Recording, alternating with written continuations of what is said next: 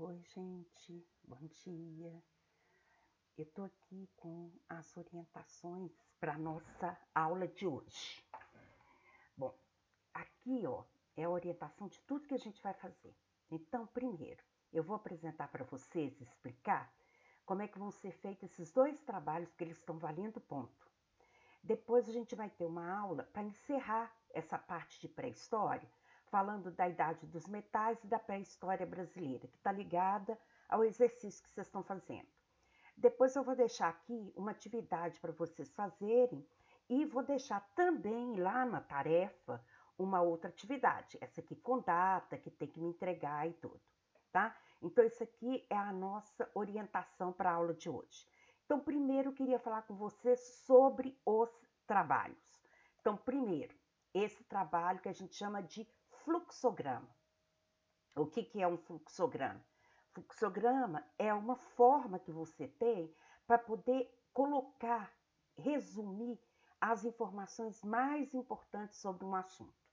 A gente viu a pré-história e viu que a pré-história é dividida em períodos paleolítico, neolítico e idade dos metais. Mas a gente não falou da pré-história aqui dentro da América e dentro do Brasil, que é onde a gente está. Então, esse fluxograma aqui, essa atividade, é para você ter registrado as informações sobre como eram os homens, os primeiros homens primitivos na Europa. Como é que eram os primeiros homens primitivos no Brasil? Essa é a nossa função. A gente vai fazer isso. A gente vai escrever aqui sobre isso. Como é que eu faço um fluxograma? Vocês viram que tem só esse tiquinho de linha? É essa ideia mesmo. Eu vou escrever aqui na linha palavras e frases curtas que respondam essas duas questões que eu coloquei aqui. Então, que duas questões são essas? Primeiro, como é que os primeiros homens chegaram na América? A gente já viu, tem duas teorias. Então, você vai citar essas teorias. Eu entendo que a partir do momento que você cita, você sabe as duas.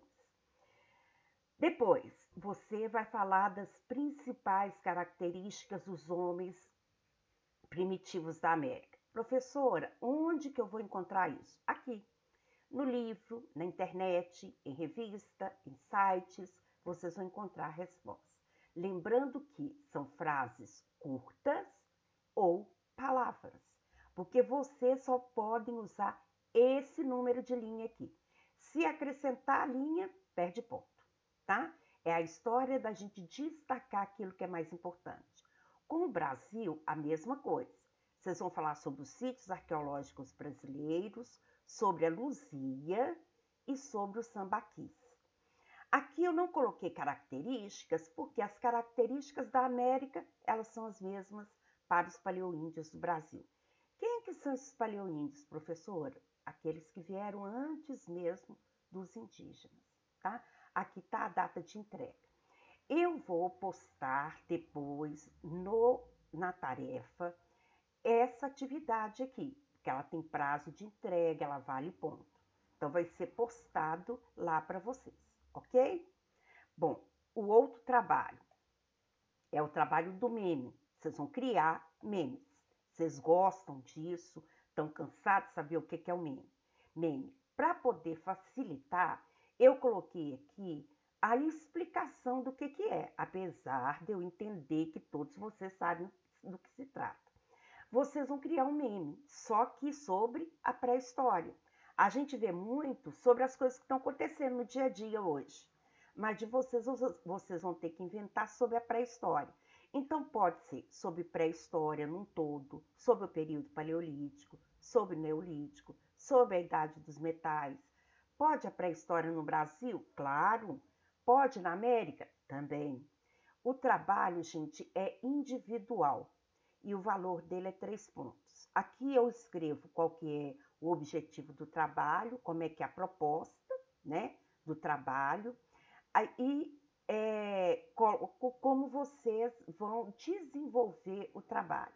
É tudo virtualmente, né, vocês já sabem. Vocês vão usar apenas uma imagem, tá? E tem que ser criativos. Eu, inclusive, dou um exemplo aqui de um meme, que é o ET querendo estudar história, tá?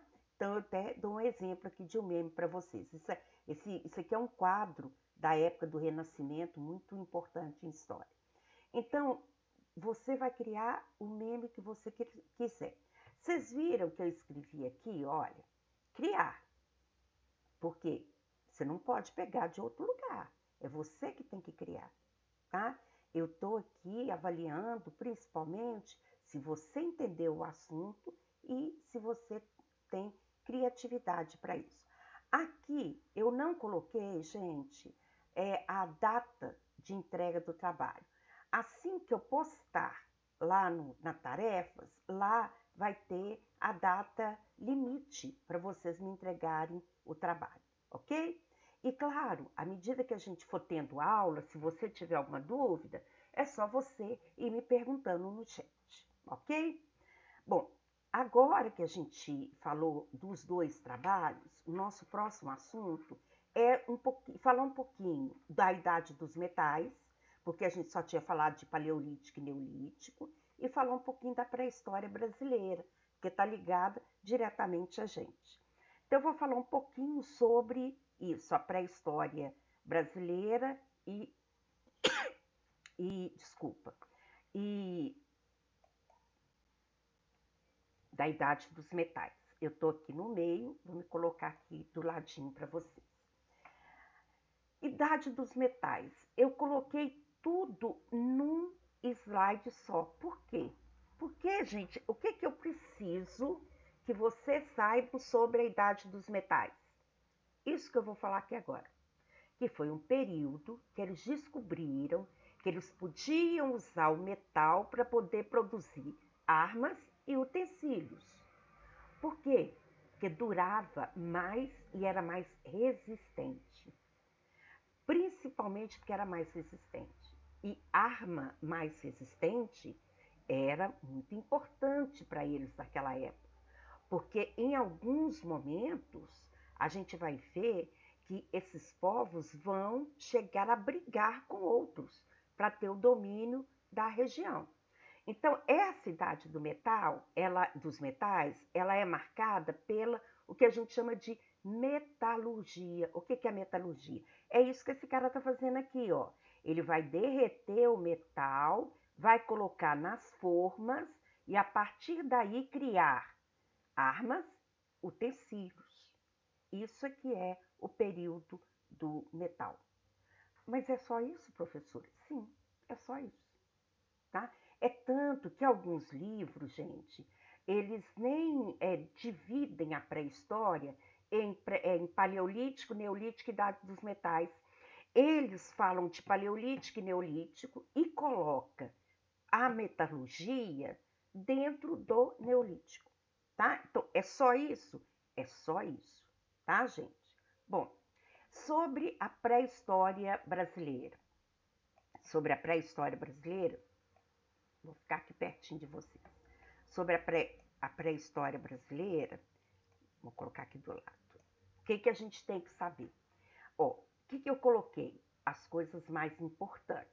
Primeiro, caçadores e coletores, para poder mostrar para vocês que a pré-história brasileira foi marcada muito mais pelo período paleolítico. Mas não teve neolítico? Sim, eles depois descobriram a agricultura, como a gente tem até os dias de hoje. Mas os primeiros homens, eles se dedicaram à caça e coleta de alimentos. E, claro, à pesca também. Então, características comuns ao período paleolítico. Sítios arqueológicos. O que é isso?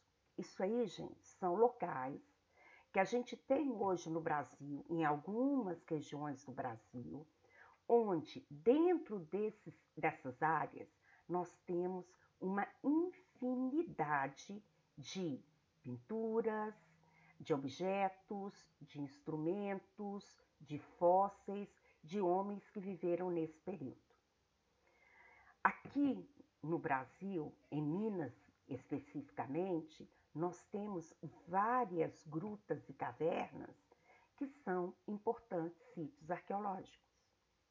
Mas por que são importantes, professora? São importantes porque eles preservam uma história de uma época que não tinha escrita e que a única referência de fonte que a gente tem são aqueles objetos que ali estão. Por isso que são muito importantes e precisam ser preservados. Nós temos aqui no Brasil uma arqueóloga chamada Niede Guidon. Ela trabalha num sítio arqueológico, eu vou mostrar para vocês, da Serra da Capivara, que talvez hoje seja o mais importante. E lá ela tem feito descobertas muito interessantes, inclusive com relação aos primeiros homens que chegaram aqui, inclusive ao tempo em que esses primeiros homens chegaram aqui no Brasil. Então, são fósseis, restos de fogueira, instrumentos que estão sendo recuperados e estudados por ela e por um grupo de pessoas. E aí, eu queria fazer uma parte, que os governos brasileiros, de uma forma geral, e aí eu estou falando de governo federal, estadual e municipal, eles nunca se preocuparam muito com isso, sabe? Então, não existe assim, um investimento nessa área. Então, esses arqueólogos, eles têm que lutar muito para conseguir verba para poder desenvolver essas pesquisas. E em alguns momentos, no Brasil, nós só conseguimos fazer essas pesquisas porque a gente recebeu, inclusive, um dinheiro, a gente recebeu uma verba de fora do Brasil. Muitas coisas foram descobertas aqui dessa forma. Aqui em Minas Gerais, nós temos um sítio arqueológico muito grande na região de Lagoa Santa, e foi graças a um dinamarquês chamado Peter Lund que a gente tem essas informações. Ele era rico, ele chegou aqui, começou a estudar, e, gente, ele morreu pobre. Ele gastou o dinheiro dele todo investindo nesses estudos, nessas pesquisas. Então é muito triste eu ter que falar com vocês que, infelizmente, os governos estaduais, municipais e federal, eles não se importam muito na preservação da nossa história e desses sítios arqueológicos. A luzia. A luzia é o fóssil mais antigo encontrado na América. Ele foi encontrado lá em Lagoa Santa e no ano retrasado, passado, quando o Museu Nacional pegou fogo no Rio de Janeiro, uma das grandes preocupações era exatamente o fóssil de Luzia, porque ele estava lá. E eles tiveram medo do fogo ter destruído o fóssil de Luzia, tá, gente? Que funciona, eu vou aqui mostrar e depois eu volto aqui nessa parte. Aqui, o que foi encontrado foi isso aqui. Esse é o fóssil de Luzia. Com a nova tecnologia, eles puderam fazer a reconstrução da Luzia. E aí a gente tem essa face aqui formada. Isso, inclusive, abriu a discussão ampliou a discussão sobre a procedência do homem americano, que ele não veio só lá da Ásia, atravessando o Estreito de Bering, que ele passou pela região da Oceania, né, por ali, porque essas características são povos daquela região. Então, o que está lá estava, né, no Museu Nacional era o fóssil de Luzia, e eles morreram de medo de ter sido atingido. Graças a Deus não foi, né? E aí a gente tem ainda resguardado o fóssil da Luzia.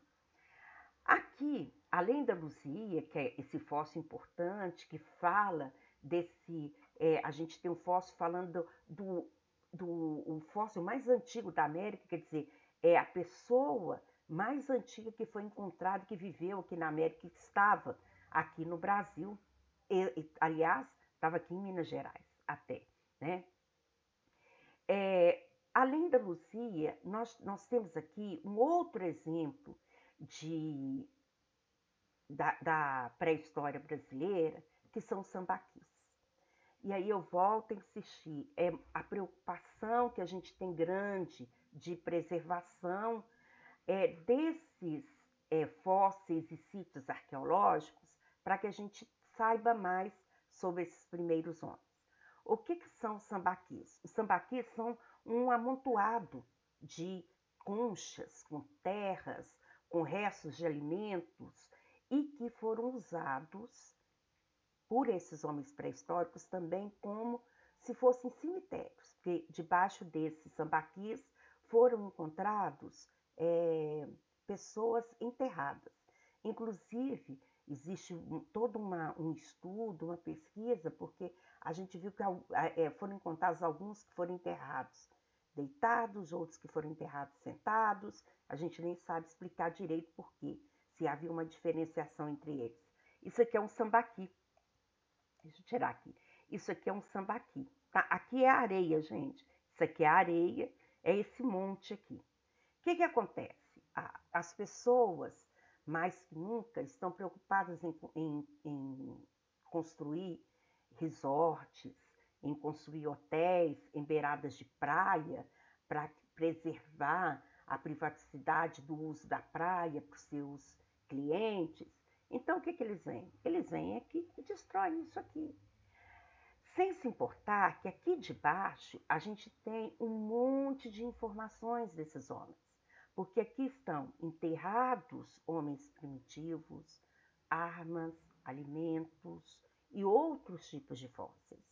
Então, hoje tem uma luta muito grande para que esses sambaquis eles possam serem recuperados para que não aconteça da gente perder essas informações que estão aqui. Isso aqui, essas imagens aqui, compõem o que eu falei sobre a pré-história brasileira. Aqui, a principal característica desse homem primitivo, que é o homem que é caçador e coletor, né? Ele está aí tentando matar esse animal. Aqui, gente, é uma das imagens que representam o Parque Nacional da Serra da Capivara, onde a gente tem hoje esse grupo de arqueólogos que estão estudando com muita dificuldade por conta da verba, para poder trazer informações mais precisas sobre esses primeiros homens. A Serra da Capivara fica no Piauí.